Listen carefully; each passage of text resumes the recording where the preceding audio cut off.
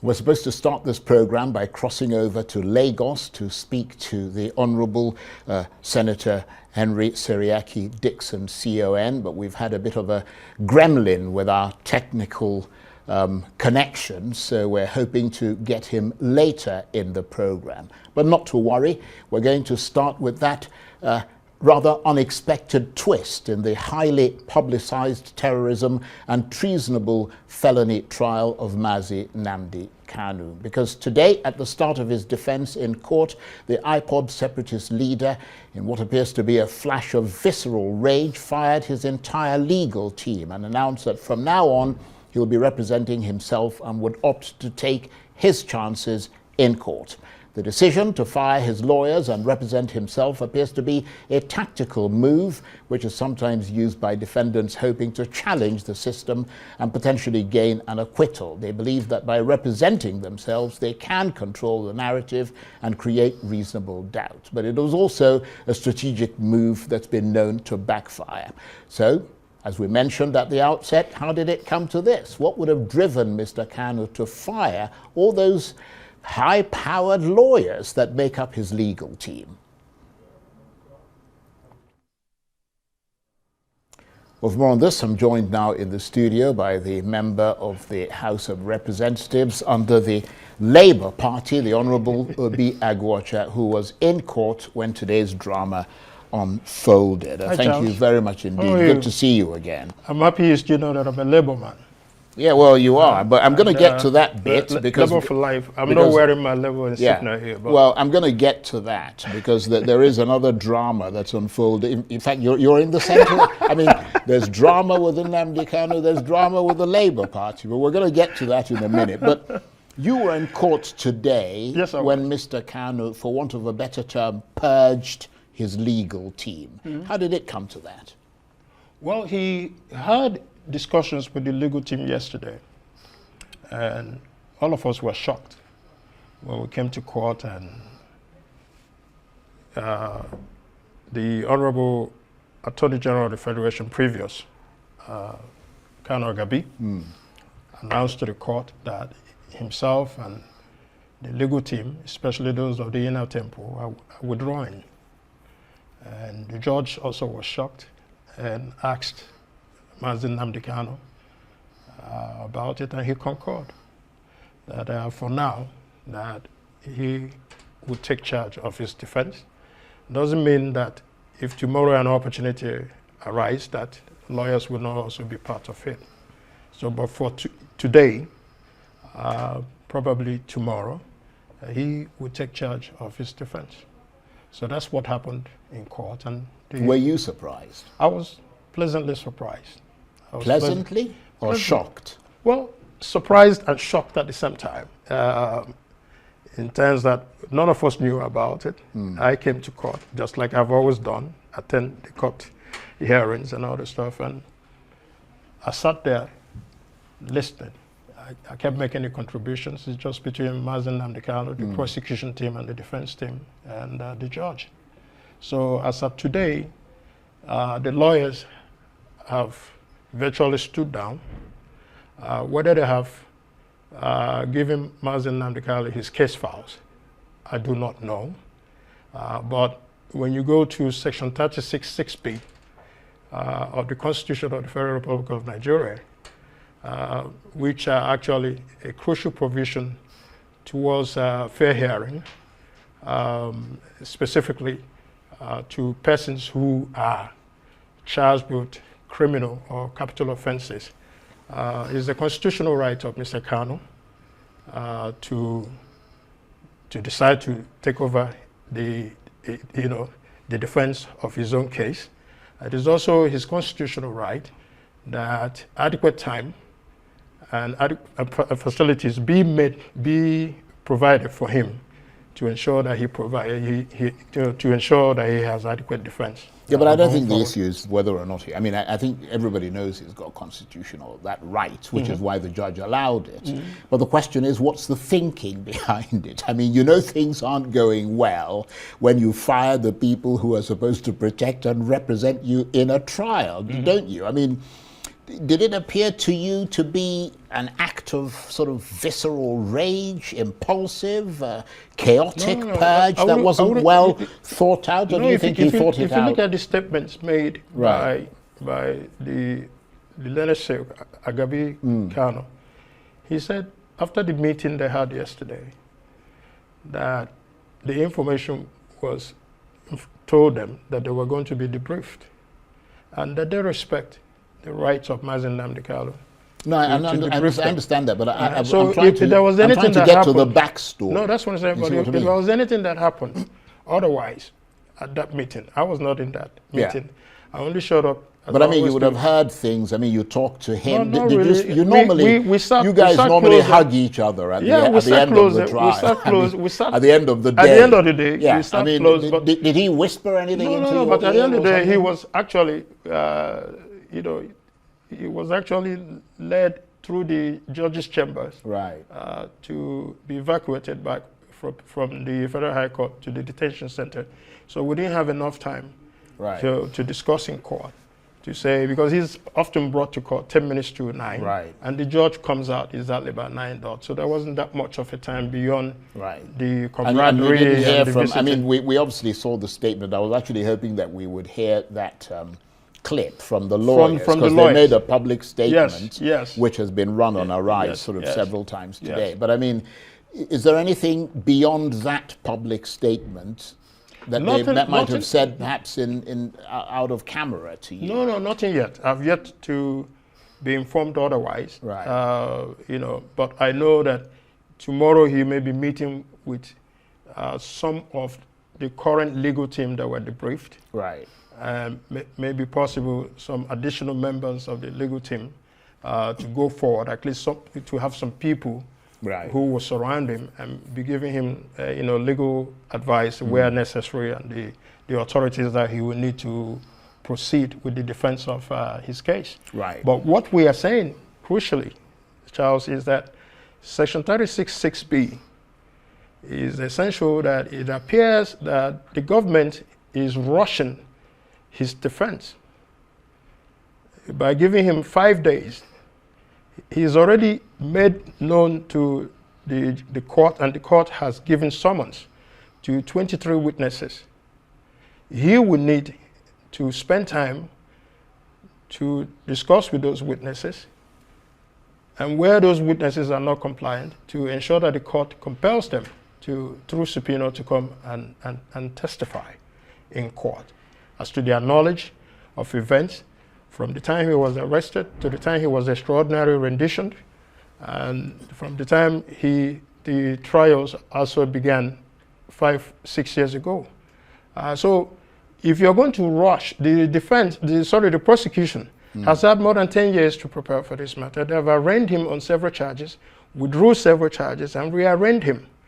They've had adequate time to present their case, and they have rested their case.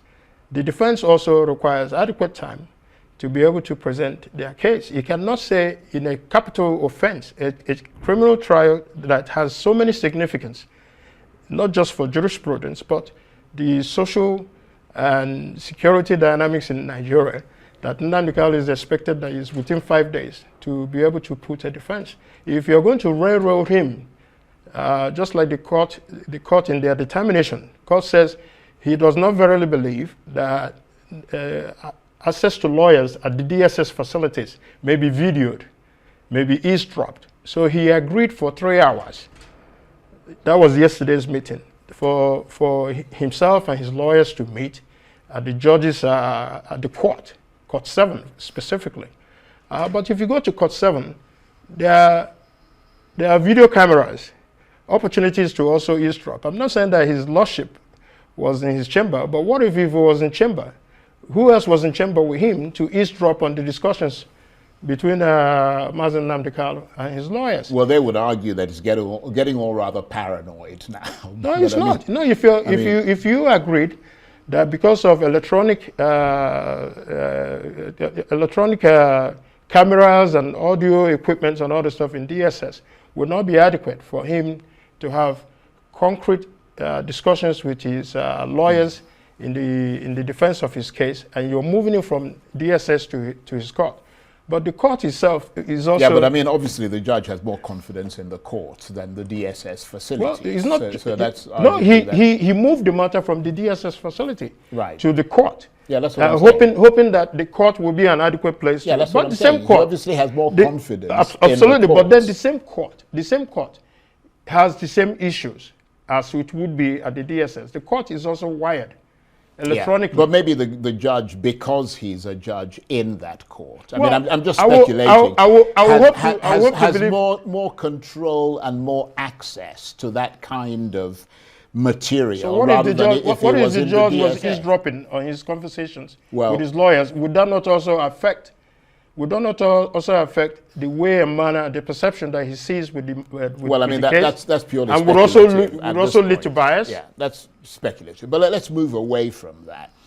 Usually, the decision by someone to fire his lawyers and represent himself tends to be a tactical move. Mm-hmm. It's sometimes used by defendants hoping to challenge the system. I mentioned that at the outset, and potentially gain an acquittal. They believe that by representing themselves, they can control the narrative and create reasonable doubt. But that strategy has also been known to backfire. I give you one example, and it's probably an extreme example, and I don't mean to kind of link it to Nnamdi Kanu, but if you remember the mass murderer in America called Ted Bundy, who was eventually executed. I mean, he got in, his lawyers were trying to arrange a plea bargain for him to get 75 years in jail, in other words, life imprisonment, and he got angry and fired all of them and said he was going to represent himself. And he ended up being found guilty, condemned to death, and executed because he did it himself. Whereas the lawyers had already made a plea bargain arrangement which would have kept him alive. Well, let me tell you something, though. I don't know Ted Bundy, but I don't know him either. But I know Nnamdi Kanu. If you were in court today listening to Nnamdi Kanu, you will come up with the absolute impression that this is a very cerebral man. He understands the law. He also understands the challenges that are facing him. So you think he got a better shot representing himself than the people who have represented him for quite some time? Senior advocates of Nigeria. He made a decision. Yeah. He made a decision with the lawyers yesterday, which included the senior advocates of Nigeria. I'm sure they gave him proper legal advice, and I'm sure that he listened to all their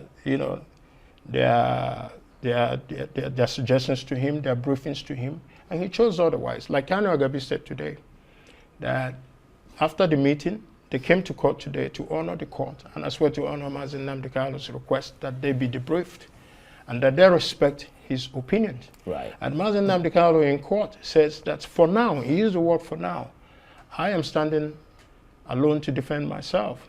Doesn't mean that tomorrow that you will not see new sets of lawyers, which may include the current lawyers that have been debriefed. Right. But the most important thing for Nnamdi Kanu and everybody who is supportive of him is to ensure that everything that is going to be done goes towards fair hearing, and that every opportunity is given to him as stated in the Constitution. Right. The point is that he's not asking the court to give him time to choose a new set of lawyers. No, he has not. He's saying that he's going to represent himself. No, he doesn't need to ask the court. Right. Even if he brings a new lawyer into the matter that's completely different from the existing lawyers, the lawyers will come under Section 36(6)(b). They still need time. They still need time. Yeah. To familiarize themselves with the case, and the evidences that have been put forth by the prosecutor. Even if Nnamdi Kanu is taking over his matter, he still needs time to go through his trial files, know the evidences that have been put forth, also be aware of the 23 witnesses that he's already given to the court, and the court has issued summons for all the 23 witnesses, and are compelling them to come and testify.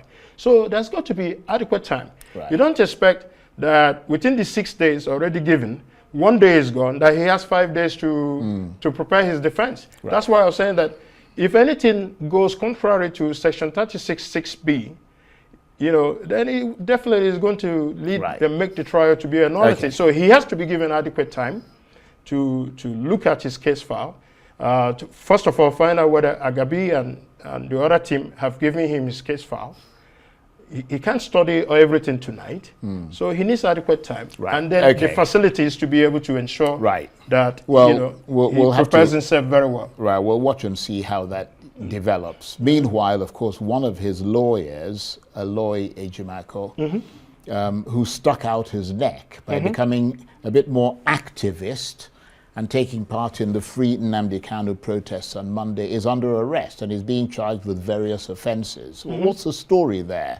I understand you've been to see him in detention. I went there today. I went there 2 days ago and today to visit with him and the other co-accused, Kuje Prison, to visit with them, and hopefully tomorrow the matter was adjourned by the magistrate court till Friday, which is tomorrow, of which we hope the offences being charged are bailable offences, and that the judge will adequately grant bail to allow them, especially Ejimako, who is the engine house or the secretariat of the Mazi Nnamdi Kanu legal team, to arrest him the way they did and to detain him the way. He's also, you can say a conspiracy theorist. Well, I mean, that's saying that, he was done deliberately. Yeah, but to that's ensure one, that Mazi Nnamdi Kanu is devoid of Ejimako's services. Well, that's one way of looking at it, because Bayo Onanuga, the special advisor on information and strategy to the president, has called for disciplinary action against Mr. Ejimako for what he called professional misconduct. What professional misconduct? Well, Ejimako is a lawyer by profession. Right. He's a Nigerian citizen by profession, entitled to the provisions and to the protection of Section 40 of the Constitution of the Federal Republic of Nigeria, that says that he has a right to peaceful assembly and association. So why is it different? Because he's Ejimako, and then he is no longer entitled to that because he's a lawyer. What about the doctors that came for the protest? What about students that came and many other people that came? Well, yes, are they not entitled to the same there. protection there? So it goes to that pattern, Charles, that I keep saying every single time, that when it comes, especially in the administration of criminal justice, there appear to be two sets of rules in this country, one for the Igbo man and another for every other but of course, Nigeria. the man who organized the protest, Omoyele Sowore, has himself been nicked by the police. Well, I had that today. Yeah, we saw the video. I had that today. We saw it. We saw the arrest, and it's yes, I had that he's today. been arrested. He's been arrested. But what took them that long? If they were going to arrest everybody, why didn't they arrest everybody all at the same time? Because of the outcry on what may have appeared to be an injustice, particularly on one particular race or one particular tribe, the Igbo tribe, and then maybe. Just like they said, if you look at what the CPO of FCT said, that is almost like an injustice. They have arrested so many others, and then the person who organized the protest was never arrested. Right. But even Sowore has not committed any crime by, protesting under Section 40 of the Constitution. They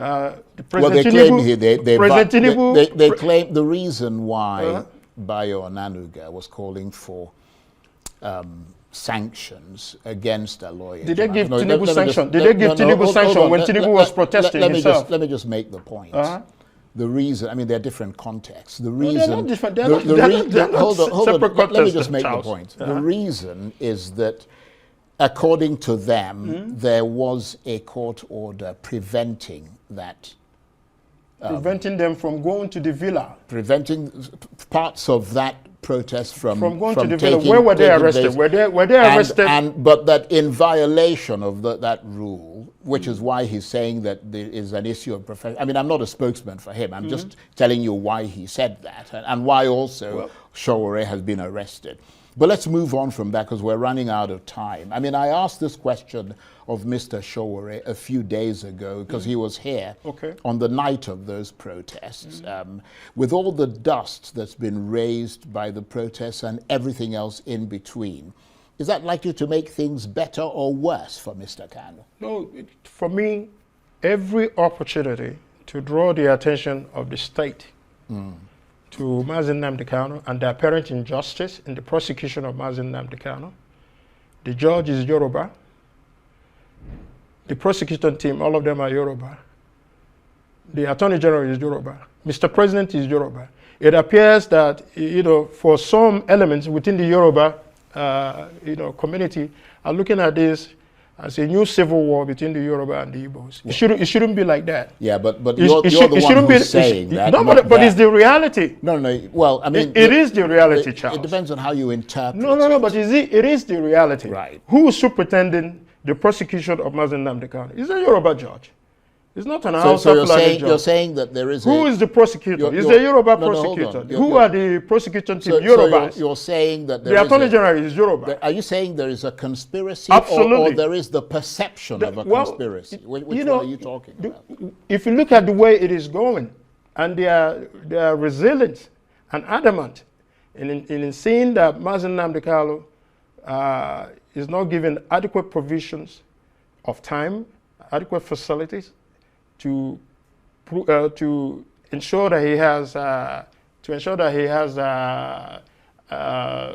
adequate provisions for his defense. So if you see how it is going, one may have the perception that it's a conspiracy of a few Yoruba people against the Igbos. So that's the impression that is out there. It's not just me that is talking. I mean, how can you expect somebody? You're saying that, okay, you have ruled so that you cannot go back. Every other thing will be done in presentation of your addresses. And then you have a holistic judgment. Anyway, who does that? Yeah, there are jurisdictional issues that needs to be. Well, I'm not holding brief, and I'm not a lawyer, so I'm not holding brief. But I'm not holding brief for anybody. But I don't think it's fair to make an allegation against a set of people when you haven't got a scintilla of evidence to support the point that you are making. Charles, I just gave you an instance. Excuse me, sir. I just gave you an instance. Speculative.